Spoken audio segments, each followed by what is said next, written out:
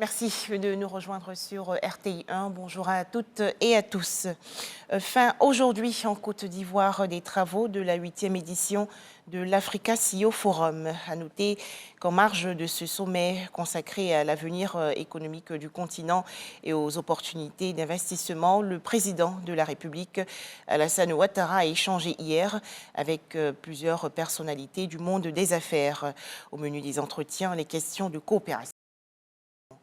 Plus de détails dans l'édition de 13h. Et toujours dans le cadre de la 8e édition de l'Africa CEO Forum, à noter ce déjeuner dans la commune de Cocody offert par le président de la République, Alassane Ouattara. Le vice-président de la République, Temoko Meliette-Kone, a échangé avec des investisseurs. Les discussions ont porté sur les opportunités d'investissement et l'amélioration du climat des affaires. Les explications dans ce reportage de Awa Touré.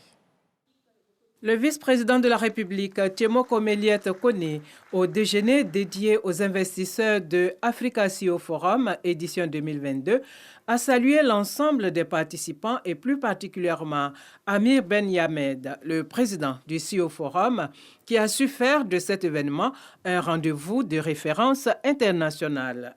L'occasion aussi pour Temoko Meliette-Kone de présenter les opportunités d'investissement en Côte d'Ivoire ainsi que les réformes structurelles entreprises en vue d'améliorer l'environnement des affaires et rendre la destination Côte d'Ivoire plus attractive. Ces réformes ont permis d'améliorer le classement du pays au niveau de l'environnement des affaires, de la lutte contre la corruption, de la compétitivité de l'économie et de l'attractivité des investissements.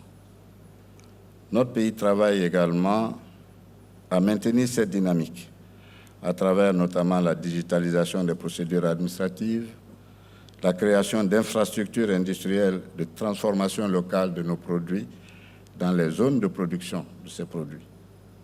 Il est bon aussi de mentionner que le gouvernement, à l'écoute du secteur privé, a pris des mesures complémentaires visant à améliorer d'abord la fluidité de l'efficacité de la chaîne de dépenses publiques, et c'est important de le souligner, de réduire les délais de paiement aux entreprises et améliorer la sécurité juridique et judiciaire. Enfin, amplifier la lutte contre la corruption et la fraude et surtout, enfin, renforcer la compétitivité de notre système fiscal.